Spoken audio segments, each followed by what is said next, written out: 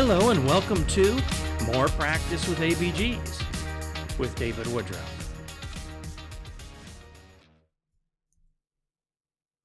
When we left off talking about our 6 easy steps to ABG analysis, and hopefully you've had the opportunity to be able to take a look at that program. If not, please go back and review it. I think it'll make these examples a lot clearer.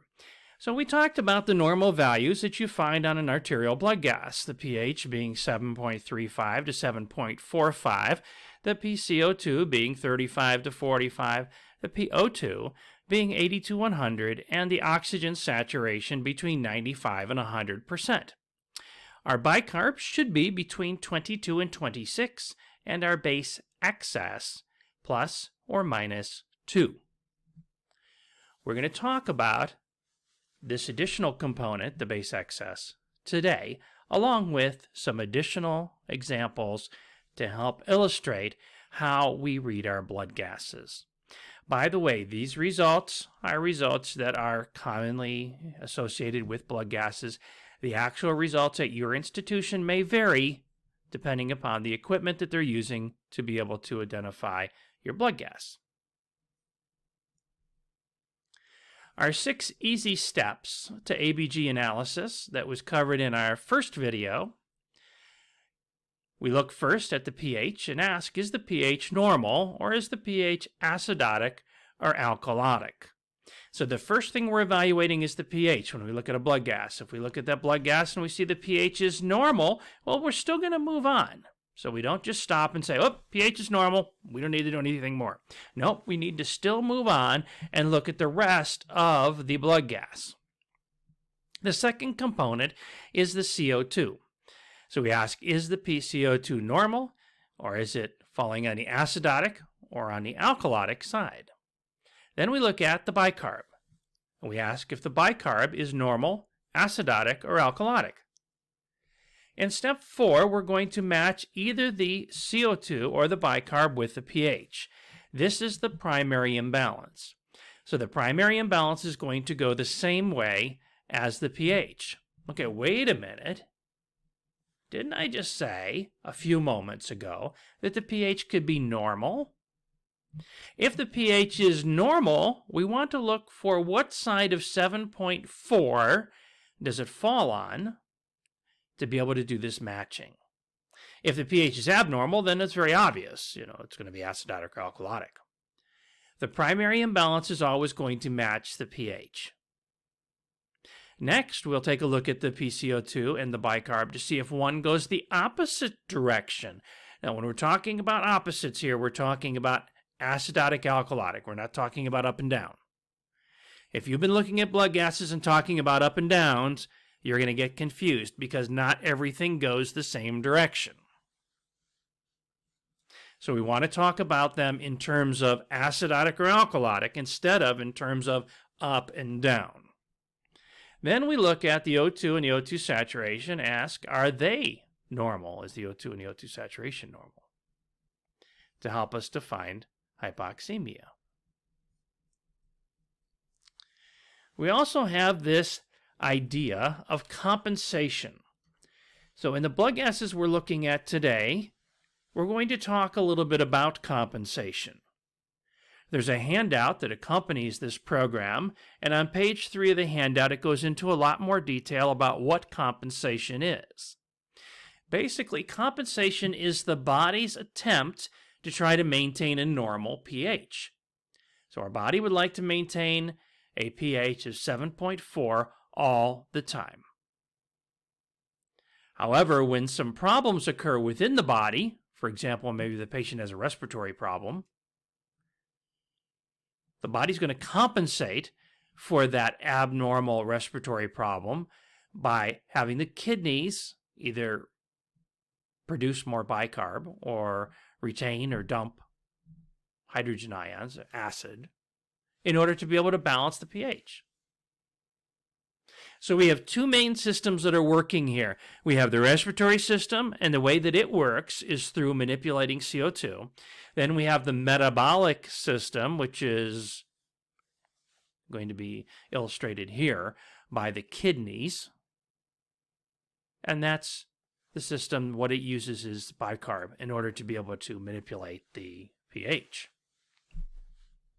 So when we're taking a look at this diagram here, and we're looking at the pH in the middle there of 7.40, that's where we like it to be. We like it to always be 7.40 if possible. We notice that if there's a problem on the CO2 side, on the lung side, the kidneys, the metabolic system, is going to have to kick in and do the opposite thing. So in other words, if the CO2 of the lungs are acidotic, then the metabolic system will have to become alkalotic to try to bring that pH back into the normal range. This is what we call compensation. Okay, another concept that we have to think about when we are talking about compensation is look at these two different components. The respiratory system with CO2. Well, it's pretty easy to manipulate CO2. You can do that right now while you're listening to this.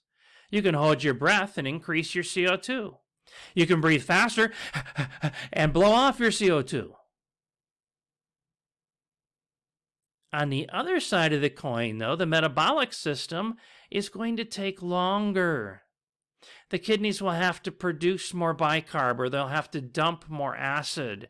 In order to do those things, it's going to take time. So whereas the respiratory system can compensate within minutes, the metabolic system is going to take hours. One of the ways that this is useful, that piece of information, is if we have a respiratory problem, we can look for compensation. If there is compensation, we know the problem is chronic because it takes hours for the metabolic system to compensate. If there is no metabolic compensation, that tells us that the respiratory problem is acute. And the kidneys and the metabolic system have not yet had time to be able to compensate.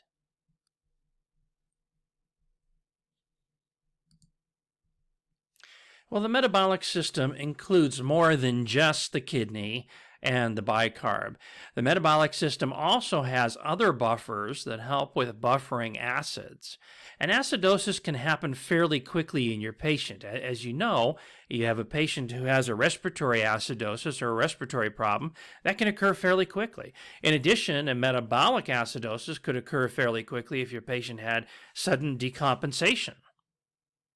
So because of that, we need to have some buffers in the body that are willing to start buffering and trying to correct that pH imbalance right away. Those things include hemoglobin, so hemoglobin can do some buffering. Albumin can do some buffering, so can bicarbonate. And then there's others that are less important or do less of the work. But the hemoglobin, albumin, and bicarb are going to be the big three as far as our metabolic system goes. Now, this also is important because if your patient is anemic and your patient's albumin level is low, they're going to have less buffers available to be able to manage our pH. The way that we measure all of these buffers in the body is that there's a formula that's used in order to take a look at all of those buffers, and then we come up with a number, and that number could be positive or negative. Unfortunately, this whole process, this whole thing is called base excess, which doesn't make a lot of sense because you think about bases as being alkalotic, and a patient could have a base excess of -10. Okay, now that's confusing, isn't it? An excess of minus? If we have a base excess of -10, that means we have a pretty severe acidosis. So if the number's positive, we're going to have an alkalosis. If the number's negative, we're going to have an acidosis. And then this box down at the bottom of the page gives you some ideas as to what those variables would be. So 3 to 5 is kind of minimal. 7 to 10 or more is a severe acid-base imbalance. So what the base excess tells us is the severity of the metabolic component. the severity of the metabolic component. We have another piece of information we can look at too, and this is called the anion gap. The anion gap is the difference between the positive electrolytes, which are called ions, and the negative electrolytes. So it's the difference between the positive and the negative electrolytes. If you look at the box at the bottom of the page, it says that the anion gap equals sodium plus potassium minus the chloride plus bicarbonate. So we're taking the sodium plus the potassium minus the chloride plus the bicarbonate, and that gives us a number. Normally, we would have between 10 and 15. Now, the reason that we're looking at an anion gap is the anion gap helps us to be able to determine the source of a metabolic acidosis. Well, you see, a respiratory acidosis is pretty easy to find. The source of the respiratory acidosis is the lung, right? I mean, that's pretty easy to figure out. But what about all these metabolic acidoses? Could it be that the patient has a metabolic acidosis from diarrhea? Could it be from diabetic ketoacidosis? Or could it be from some other cause? Maybe a dilutional state or a lactic acidosis. So in order to find the source of this metabolic acidosis, we can look at the anion gap. And a normal anion gap is between 10 and 15. What this is describing is our different types of anion gap. We call it a ratio. So a high ratio anion gap, which is greater than 15. The things that can cause that include a ketoacidosis, so there's your diabetic ketoacidosis, lactic acidosis, uremic, poisonings. Normal ratio is associated with diarrhea. We're losing those ions, positive and negative ions, in the same ratio. A low ratio is associated with a severe dilutional state or hypoalbuminemia. So the anion gap will help us to be able to find the source of our metabolic acidosis. Whereas the base excess tells us the severity of the metabolic acidosis. All right, so make sure that you have the handout because the specific cases are described in the handout, and you can follow along to work through these cases. Hopefully, maybe you can even find a colleague that you can sit down with and work through these together so that you can talk about them in a little bit more detail. So here's our normal values again. I'm going to leave that up on the screen while we talk through some of these cases. In our first case here, we have Mr. Huff. He's presenting with difficulty breathing since last evening. He has a history of chronic obstructive pulmonary disease and hypertension. He also provides a history of having cold symptoms for the last several days with a worsening cough. Mr. Huff appears dyspneic, but not in severe distress. Wheezes are heard throughout the lungs on auscultation. He started on oxygen at 2 liters by nasal cannula and is given an albuterol aerosol treatment. His ABG is drawn with the following results. As we walk through these, you notice that there is a spot to the right for you to be able to put the interpretation of each one of these values. So our first value, the pH is 7.33, and as you can see, our normal is 735 to 745, so the pH is acidotic. So to the right of the value there in the column that says interpretation, write in these values so that you can go back and you can look at them later. Not only that, but also it helps you matching the values up to get the correct answer. So the PCO2 is 60. 60 is acidotic, greater than 45, so it's acidotic. Make sure that you write that to the right of the value. Then step 3, we look at the bicarb. The bicarb is 31. Okay, now 31 is greater than our 22 to 26, so it's out of range, and in this case, it's going to be alkalotic. Now, this is the reason why we don't want to talk about ups and downs. As you can see in this example, both the bicarb and the CO2 are going high, they're increased, but that means different things. So we want to talk in terms of acidotic and alkalotic and not in terms of high and low. Step 4, we take a look at the CO2 and the bicarb to see which one matches the pH.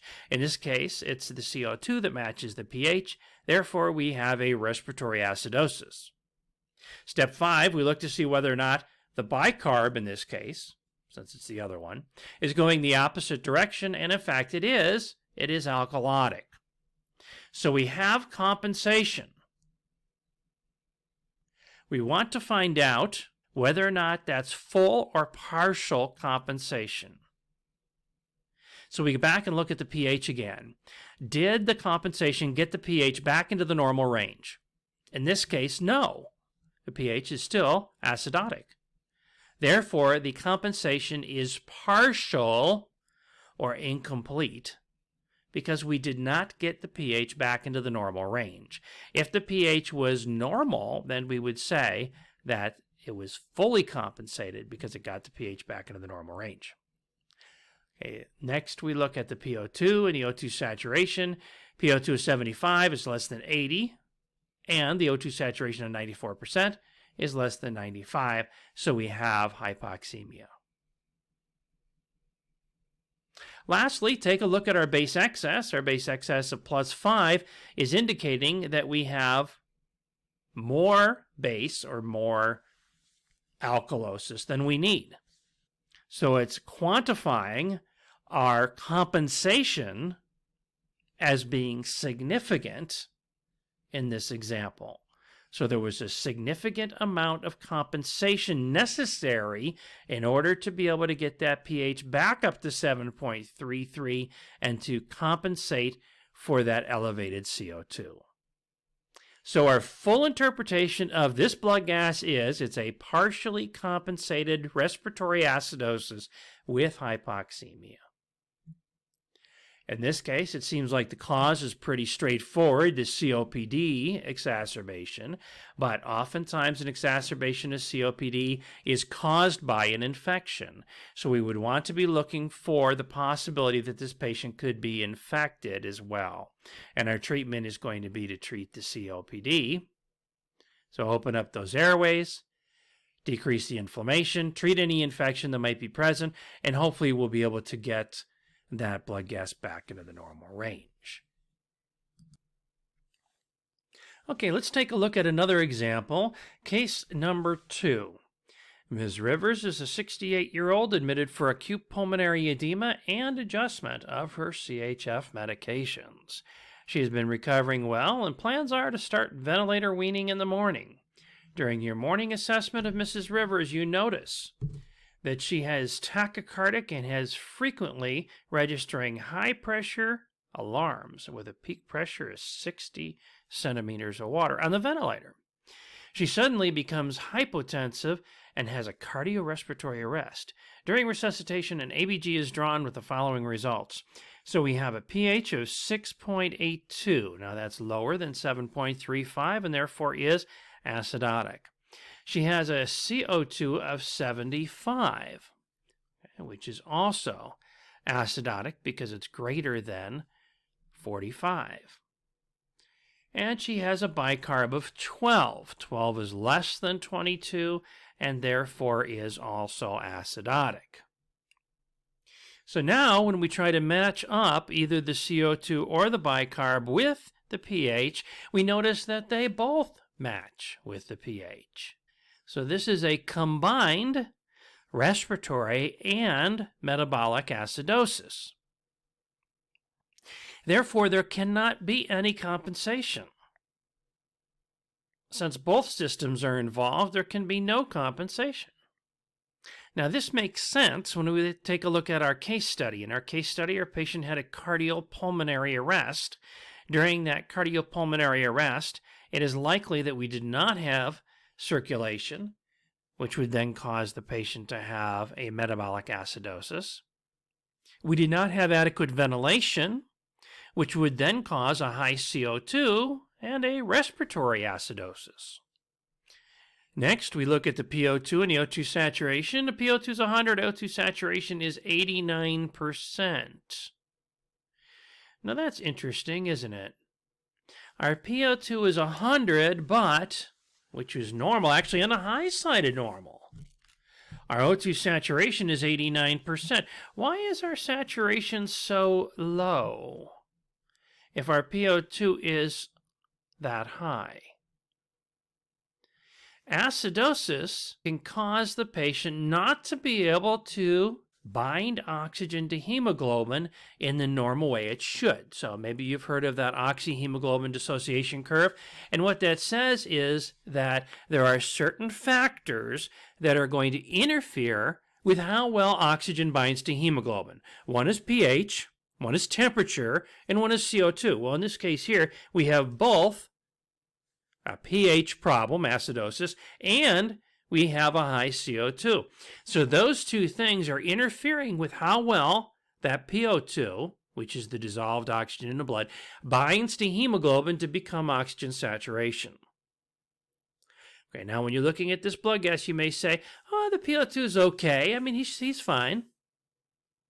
But it's the O2 saturation. It's the oxygen bound to hemoglobin is what is used at the tissue level. The tissues aren't using the PO2. The PO2 is binding to hemoglobin, causing the O2 saturation, and that is what is being used at the tissue level. So having an 89% oxygen saturation is a bad thing. We're still not adequately perfusing the tissues. Now, when we take a look at the base excess, it tells us a minus 19. Remember, a positive number is alkalotic, negative number is acidotic. And in this case here, a positive number of 19, it should be plus or minus 2. So that would be a pretty severe acidosis. We also have an anion gap of 20. An anion gap of 20, that's high. So that's a high ratio anion gap, which is consistent with lactic acidosis. So now our full problem here, our full issue with Ms. Rivers, is that she has a combined respiratory metabolic acidosis with hypoxemia. We're going to call it that because of the low oxygen saturation. Okay, now I hope these are getting a little bit easier and hopefully a little bit more self-explanatory, or at least you're feeling a little bit more confident with analyzing blood gases. So let's take a look at number 3. Mr. Mullins is a 58-year-old nursing home resident. He was admitted to the floor for urosepsis and dehydration. He has a history of diabetes, of hypertension, and multiple sclerosis. He needs total assistance with his ADLs. During the next several hours, Mr. Mullins' mental status deteriorates, his urine output decreases, and he begins complaining of difficulty breathing. Oxygen is applied using a 100% non-rebreather mask, and his ABG is drawn. So we have a pH of 7.08, which is less than 7.35, and therefore is acidotic. We have a CO2 of 42, which is normal. Then we have a bicarb of 12. The bicarb of 12 is less than 22, and therefore is also acidotic. Now we match them up. The bicarb is acidotic, the pH is acidotic, so we have a metabolic acidosis. Let's look at the CO2. Does the CO2 go the opposite direction, meaning alkalotic? No, it is not. It's normal. The other component that we want to look at here is his oxygenation. So his PO2 is 144, his oxygen saturation is 98%, but again, remember this is on 100% non-rebreather mask. We kind of expected he'd be more like 100% oxygen saturation, and maybe his PO2 would be even higher than that. Keep in mind that PO2 is a partial pressure of oxygen. And that pressure of oxygen can be increased outside of the normal range. Now, when we look at that number, it says 80 to 100 is our PO2. That is not a percentage. Our oxygen saturation is a percentage, 95 to 100%. You can't go more than 100% on oxygen saturation. But the PO2 is not a percentage. It is a number. It is a value of the pressure that oxygen is pressing or is affecting the inside of the blood vessel. So that can increase if we put that patient on supplemental oxygen. And in fact, here we have 100% non-rebreather mask. So we can get him up into the 200, 300 range with his PO2 by putting him on that much oxygen. So his is only 144. Now, while that may look good, his oxygen saturation is good, his PO2 seems to be good, if we do a PO2 FiO2 ratio on this guy, okay, so we take the PO2, we divide it by the FiO2. The PO2 is 144, the FiO2. Now, FiO2 is listed in a percentage, in this case, 100%. But we're going to put that into a decimal. So if it was room air, 21%, it would be 0.21. In this case, it's 100%, so it's going to be 1.0. So we're dividing 144 by 1, and that equals 144. So his PO2 FiO2 ratio is 144. Normal is 300. So his PO2 FiO2 ratio is considerably low. In this case here, the patient has a number of different things going on, including some metabolic challenges, but he also has a respiratory problem. So he was admitted with urosepsis. It's likely that that urosepsis or that infection may have spread through the body, causing the patient to develop sepsis and maybe even septic shock. We don't have any vital signs here, but there certainly are signs that we're not having good perfusion based on this really low bicarb. So this patient may actually be in septic shock at this point. One of the big keys here to help point us in the right direction is that PO2 FiO2 ratio, which would indicate that not only do we have sepsis, but now we're also starting to get some other organs affected. The first organ system to be affected is the lung. This is the part we call the systemic inflammatory response syndrome, where we're starting to see other organ systems being affected. So the lungs are being affected now, and we see that with a low PO2 FiO2 ratio. Okay, let's move on to case number 4. Mr. Frank is admitted to the medical floor with abdominal pain.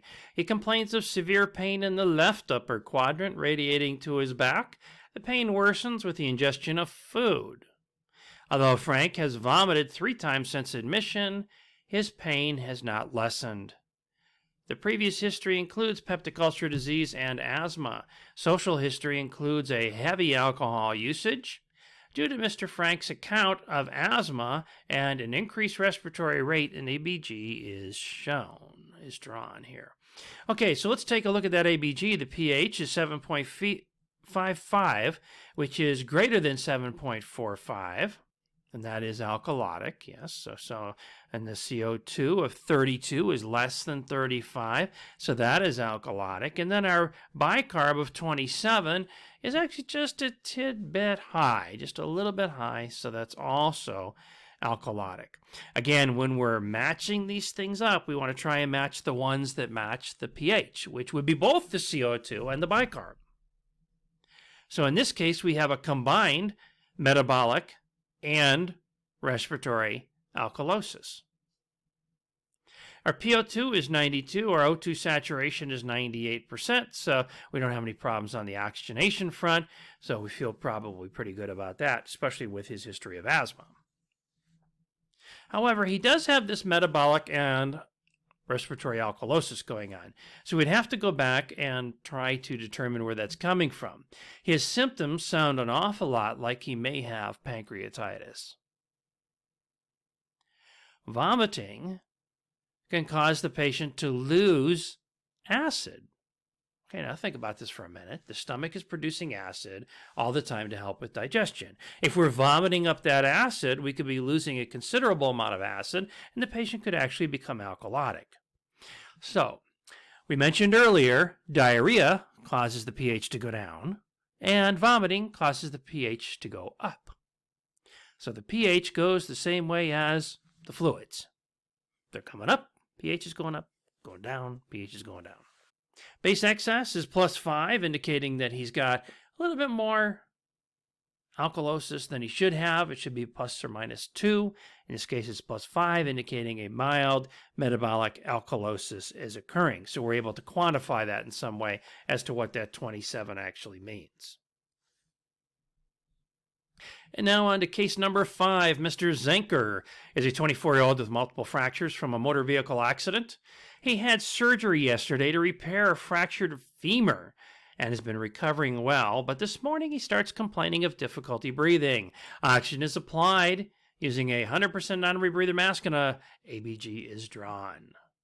His pH is 7.52, greater than 7.45, therefore is alkalotic. His CO2 is 28, which is less than 35, and therefore is alkalotic. Bicarb 22 is normal. So we match the ones that match, and that is going to be the CO2 and the pH. So we have a respiratory alkalosis. Is there any compensation? Does the bicarb go the opposite direction? Well, no. I mean, you could say maybe it's trending that way. It's on a lower end of the normal range. But no, we don't have any compensation. So it's an uncompensated respiratory alkalosis. Take a look at the PO2, O2 saturation. Okay, they're both high. Actually, the PO2 is high. The saturation is normal. Okay, so it doesn't look like we have much of an oxygenation problem there, at least not right now. However, again, when we look at the PO2-O2 ratio, we're going to find that it's considerably low at 131. Remember, again, the normal is 300, so in this case we have 131. So there's some kind of a respiratory problem that's going on. Now, his history is he had a fractured femur. The big risk with a fractured femur is going to be that the patient has a fat embolus. And in fact, it looks like this may be the case here. So he has the history of the fractured femur. Now he starts complaining of difficulty breathing, and that would be very consistent with the patient having a fat embolus or even a pulmonary embolus of a clot form. But in this case here, it does look a lot like it could be a fat embolus, given the fractured femur. The fact that his PO2-FiO2 ratio is 131 should give us pause, because that indicates that there is a severe problem with perfusion in the lung. And case number 6, we have Miss Newport. She's a 69-year-old with a history of COPD. She's admitted to the hospital for right knee osteoarthritis and is scheduled for a right knee total arthroplasty today. An ABG is drawn as part of her pre-admission workup because of her COPD, and we find that her pH is 7.35. Oops, 7.36. Yeah, that's normal. Her CO2 is 75. Okay, wait a minute, that's not normal, so that's acidotic. Then we go down and we look at her bicarb. Her bicarb is 41. That's not normal, that's alkalotic. So her pH is normal, but we obviously have an acid-base imbalance. So now we need to go back to that pH and ask, what side of 7.4 does it lie on? It lies on the acidotic side. Now we can match it up. It's normal, but it's /acidotic. What other value is acidotic? The CO2. Do we have compensation? Yes. The bicarb goes the opposite direction. Therefore, we have a fully compensated respiratory acidosis. Okay, let's walk through how I got that. Fully compensated, it got the pH back to normal. Respiratory, because the CO2 matches the pH. Acidosis, because the pH is on the acidotic side of 7.4. Take a look at her base excess. Base excess is +15, indicating that we have a very large amount of compensation that is occurring in order to be able to compensate for that high CO2. In this case here, we would not want to try to blow off that CO2, because this is where she lives. So when we hear of those COPDers, that, hey, this is just where she lives. Okay, this is where she lives. So we're going to have to be careful with surgery, because if we blow this down during surgery, to try and correct the acid-base imbalance. Then what's going to happen is after surgery, her CO2 is going to start to retain, and she might start having some respiratory distress with that until the body is able to compensate, until the kidneys kick in and start making enough bicarb. Case number 7. Franny is a 43-year-old who was admitted to the emergency department after collapsing at work. She complains of severe headache before collapsing, and now she's admitted to the ICU for observation following a CT scan that revealed a subarachnoid hemorrhage. She's complaining of severe headache and has nausea and has vomited twice in the emergency department. Her ABG on 100% non-rebreather mask shows a pH of 7.48. That's greater than 7.45 and is alkalotic. Her CO2 of 40, and 40 is normal. Then she has a bicarb of 29. Bicarb of 29 is alkalotic. So now we match the bicarb with the pH, and we have a metabolic alkalosis. Her PO2 is 421. Her oxygen saturation is 100%. Obviously, we're giving her way too much oxygen on that non-rebreather mask. The fact that she has a metabolic alkalosis is probably related to her vomiting. She's vomiting up acid, okay? And that's leading to having too much bicarb on board and causing a metabolic alkalosis. Her metabolic alkalosis is relatively small given the base excess of +5. Moving on to case number 8. Leticia is a 3-year-old who was admitted to the emergency department with abdominal pain and confusion. During the examination, she rapidly became unresponsive. The family reported that she was playing in the garage prior to her symptoms starting. As her level of consciousness decreased, Leticia's respirations became more depressed, so a blood gas is drawn. We find that her pH is 7.20. It's less than 7.35 and therefore is acidotic. Her CO2 of 50 is greater than 45 and therefore is also acidotic. We jump down to her bicarb. Her bicarb is 18, which is less than 22 and again is acidotic. So what we have is a combination, both metabolic and respiratory acidosis. Now we look at the PO2 and the O2 saturation. Her PO2 is 220, her O2 saturation is 99%, so she is not having any hypoxemia. Of note in this blood gas is her CO2 of 50. Most often, cardiac arrest occurs in children as a result of respiratory arrest. And in this case here, we see that we have a child who is heading toward that component of having respiratory arrest. At the same time, we have a fairly significant metabolic acidosis, and we can tell that because we have a base excess of -8. So normal's 2 to 2, and here we have 8. So it's a rather significant metabolic component. The metabolic component is probably due to the patient having ingested a poisoning. So when we take a look at her anion gap, okay, so to try and figure out where this metabolic acidosis is coming from, we will notice that the acidosis is, well, the 17, the anion gap, is higher than the normal range of 10 to 15, which would mean it's a high ratio anion gap, which can happen with poisonings. So our blood gas helps us to be able to find not only those problems like the respiratory problem and the metabolic problem, but also maybe the source of that metabolic problem. Now in case number 9, we'll get the opportunity to be able to explore a little bit more about our base excess and anion gap. Mr. Miller is a 32-year-old. He's admitted to the hospital with an upper GI bleed.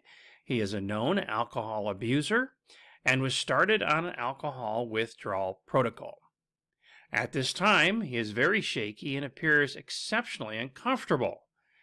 His physician orders a blood gas to rule out alcoholic ketoacidosis. So let's take a look at that blood gas. We have a pH of 7.28. That's less than 7.35, therefore is acidotic. We have a CO2 of 32. 32 is less than 35, which would be alkalotic. Next, we have a bicarb of 15. The bicarb of 15 is acidotic. So what we have going on here is a metabolic acidosis. Now remember, CO2 is going the opposite direction, so we have compensation. However, the pH is still not normal. It is still acidotic, so it is a partial compensation. So we have a partially compensated metabolic acidosis. Now we take a look at the PO2, 88. Okay, that's in the normal range. And we have our O2 saturation of 89%. Okay, the O2 sat's kind of low. Keep in mind some of those things that affect how well oxygen binds to hemoglobin. So we have a normal PO2, but to bind that oxygen, that 88 PO2, to the hemoglobin, we need to have a normal temperature, a normal pH, and a normal CO2 level. Our CO2 level is abnormal, so is our pH, and our pH is fairly significantly abnormal, and it's interfering with how well our oxygen binds to hemoglobin to create oxygen saturation. We'll also notice that the base excess is minus 11. So normal is plus or minus 2, and we have a minus 11, indicating that we have a fairly severe metabolic acidosis. In addition, the anion gap of 19 indicates that we have a metabolic acidosis that's being caused as a high anion gap, probably from ketoacidosis in this patient. Lastly, we have case number 10. Kyle is a 12-year-old unrestrained passenger in a motor vehicle accident. He suffered a cervical spine injury in the accident. On admission to the emergency department, his respirations are depressed, and an ABG is drawn on a 100% non-rebreather mask. So we have a pH of 7.21, less than 7.35, so acidotic. We have a CO2 of 59, so it's greater than 45. It's also acidotic. And then we have a bicarb of 23, which is normal. So the one that matches the pH is the CO2, so we have a respiratory acidosis. PO2 of 58. Oh, so the PO2 is quite low, and so is the oxygen saturation. Now in this situation here, we not only have a high CO2, we also have a low oxygen. So this is indicating that we have respiratory failure. Now, many of you may have heard of this 50-50 rule. When the PO2 comes down to 50, when the CO2 goes up to 50, that we consider that to be respiratory failure. And with respiratory failure, then the patient would need to be intubated and mechanically ventilated. So that's what we have here. We have a situation where we have the CO2 at 50. We have the PO2 down into the 50s here. So we really have to be concerned about the possibility this patient's going to entirely stop breathing on his own. So we might want to intubate the patient, or at least provide some kind of support for respirations, maybe a non-invasive type of ventilation like BiPAP. Well, I hope these were helpful for you, more practice with blood gases, and I hope you'll join us for the rest of the series. So the 6 easy steps to ABG analysis, this one, more practice with ABGs, and complex cases of ABGs would be the third part in this series. Thanks again for joining me for more practice with ABGs. My name is David Woodruff, and until next time, bye now.